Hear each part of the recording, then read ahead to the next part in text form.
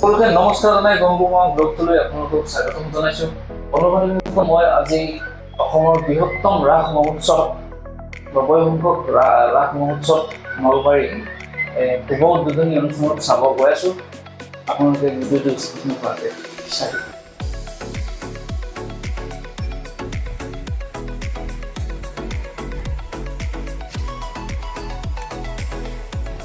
বন্ধু-বান্ধৱীসকল, মই পইচা উলিয়াবৰ কাৰণে এটিএমত সোমাইছোঁ আৰু পইচা উলিয়াই হৈ গ'ল এয়া, আৰু আকৌ ৰাওনা হৈছোঁ ৰাস মহোৎসৱৰ শুভ উদ্বোধনী অনুষ্ঠানলৈ। আপোনালোকে স্কিপ নকৰাকৈ চাই থাকক। ওপৰত দিছে ন ৩০০-৪০০ মিটাৰ দূৰৰ পৰা এইবিলাক পেণ্ডেল।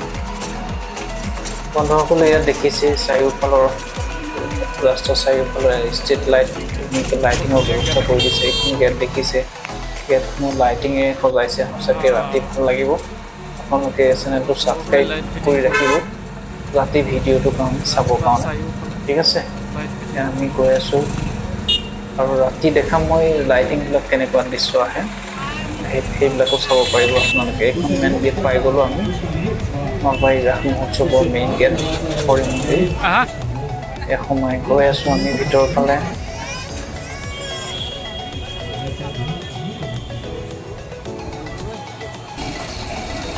ইয়াত দেখিছে শ্ৰীকৃষ্ণ বৃন্দাবনৰ মাজত ধেমালি ধুনীয়াকৈ সজাই তুলিছে, সঁচাই ভাল লাগিলে। আৰু গৈ পাই পালোঁ এখন আমি জাননী, এতিয়া শ্ৰী শ্ৰী হৰি মন্দিৰ পৰিচালনা সমিতিৰ দ্বাৰা এইখন জাননী মাৰিছে।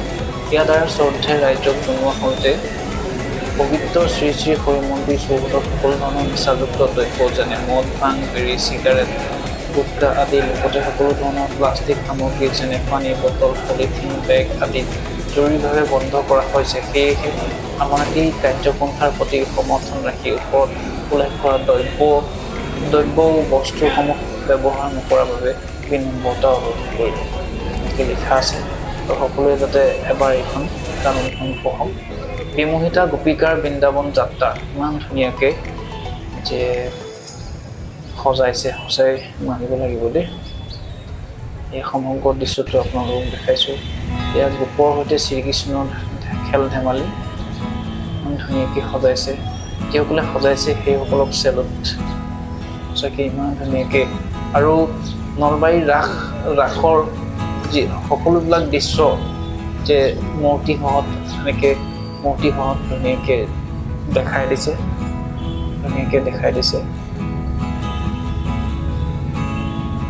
আৰু এয়া গোপ দেখে শ্ৰীকৃষ্ণ বনগমন ধুনীয়াকৈ দেখাইছে। আৰু লগতে ব্ৰহ্মা মহৰ তেওঁ ধুনীয়াকৈ অংকন কৰিছে।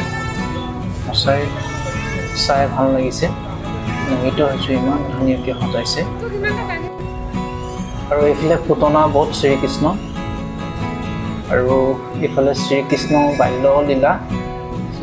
বাল্যলীলাটো দৃশ্য ধুনীয়াকৈ অংকন কৰিছে। সঁচাই ৰাসৰ সকলোবিলাকৰ চৰিত্ৰৰ দৃশ্যবিলাকেই ধুনীয়াকৈ অংকন কৰিছে। এতিয়া শ্ৰীকৃষ্ণৰ জন্ম, কাৰাগাঁৱত শ্ৰীকৃষ্ণৰ জন্ম হৈছিলে দৈৱকী আৰু বসুদেৱ। সংকাদী মুনিৰ দ্বাৰা উত্তৰ প্ৰশ্ন এয়াও ধুনীয়াকৈ সজাই তুলিছে।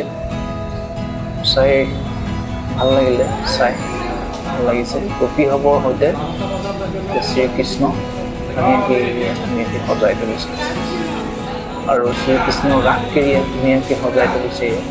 শ্ৰীকৃষ্ণ আৰু গোপিকা সৱৰ পুনৰ মিলন ধুনীয়াকৈ দেখাইছে। এই গোপিকাসকলৰ লগত পুনৰ মিলন, অসুৰৰ দ্বাৰা শ্ৰীকৃষ্ণৰ ব্ৰহ্মৰ প্ৰদৰ্শন, ধুনীয়াকৈ দেখাইছে এইটো দৃশ্য। আৰু নৃত্যবৃন্দাৰ সৈতে শ্ৰীকৃষ্ণৰ বিবাহ, এয়া হৈছে গোপী কৃষ্ণ মহাৰাস ধুনীয়াকৈ অংকন কৰিছে। শ্ৰীকৃষ্ণৰ দ্বাৰা বিষ পৰাজয় ধুনীয়াকৈ অংকন কৰিছে। আৰু বসুমতীৰ দ্বাৰা শ্ৰীকৃষ্ণৰ স্তুতি। আৰু এয়া হৈছে নলবাৰী ৯০ সংখ্যক ৰাস মহোৎসৱৰ দৃশ্য। আৰু ৯০টা দৰ্শক যিহেতু পাৰ কৰিলে আৰু ৯০খন পতাকা উত্তোলন কৰিছে, এয়া সমগ্ৰ দৃশ্যটো আপোনালোকে চাই আছে। ৯০টা দৰ্শক দিন পাৰ কৰিছে। আৰু ইয়াত ৰাম মন্দিৰ আধাৰত নিৰ্মাণ কৰিছে, ইয়াত ধুনীয়াকৈ সজাই তুলিছে ৰাম মন্দিৰ। আৰু এয়া প্ৰভু ৰাম ধুনীয়াকৈ সজাই তুলিছে দেখিছে এইটো মুখ্য কাৰ্যালয় শ্ৰী শংকৰী মন্দিৰ নলবাৰী চাৰিওফালে এইটো নিউজ লাইভ আহিয়ে আছে ধুনীয়াকৈ সজাই তুলিছে সঁচাই ভাল লাগিছে দেই বহুত ধুনীয়াকৈ সজাই তুলিছে এয়া শ্ৰীকৃষ্ণ বৃন্দাবন ইমান ধুনীয়াকৈ লাইটিং দি আছে আৰু সঁচাই যেন ইমান ধুনীয়াকৈ সজাইছে সঁচাই যিসকলে সজাইছে সঁচাই চেলুট দিবলগীয়া ইমান ধুনীয়াকৈ সঁচা গছৰ নিচিনা হৈ আছে ধুনীয়াকৈ সজাইছে মোহিত হ'লো দেই বৃন্দাবনে চাগে না সঁচাই ভাল লাগিলে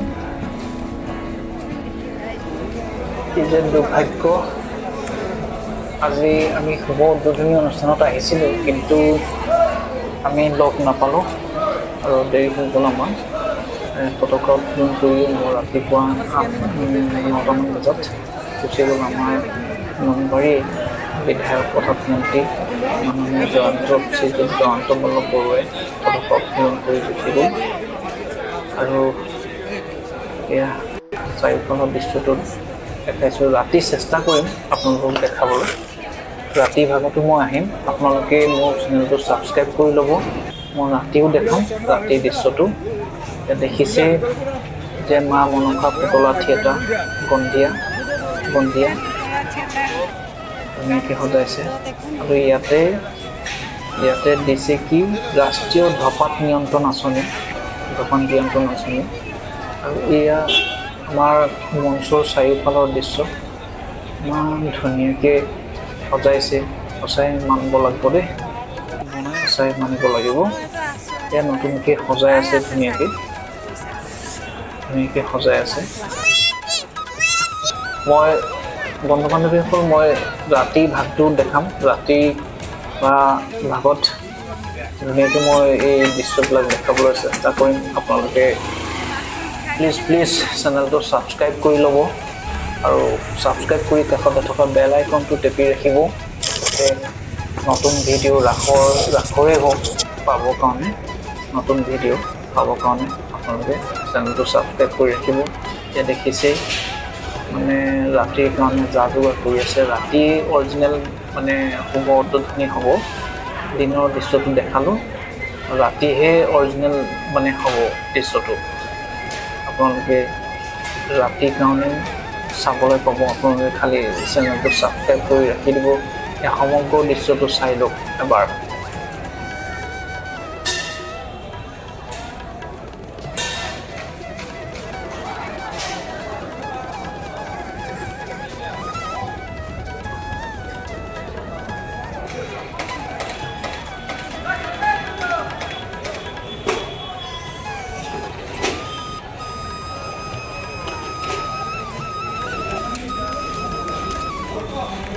বন্ধু বান্ধৱীসকল যিহেতু আমি যে শুভ উদ্বোধনী সময়ত লগ নাপালোঁৱেই যে পতকা উত্তোলন কৰাৰ সময়ছোৱা আমি দেখাব নোৱাৰিলোঁৱেই ঠিক আছে মই ৰাতি ধুনীয়াকৈ আপোনালোকক দেখাবলৈ চেষ্টা কৰিম আৰু যদি সেই ভিডিঅ'টো ভাল লাগিছে লাইক কমেণ্ট কৰিব আৰু শ্বেয়াৰ কৰি দিব আৰু এটা নতুন ভিডিঅ' প্ৰতিশ্ৰুতিৰে আজিলৈ জয় অসম ধন্যবাদ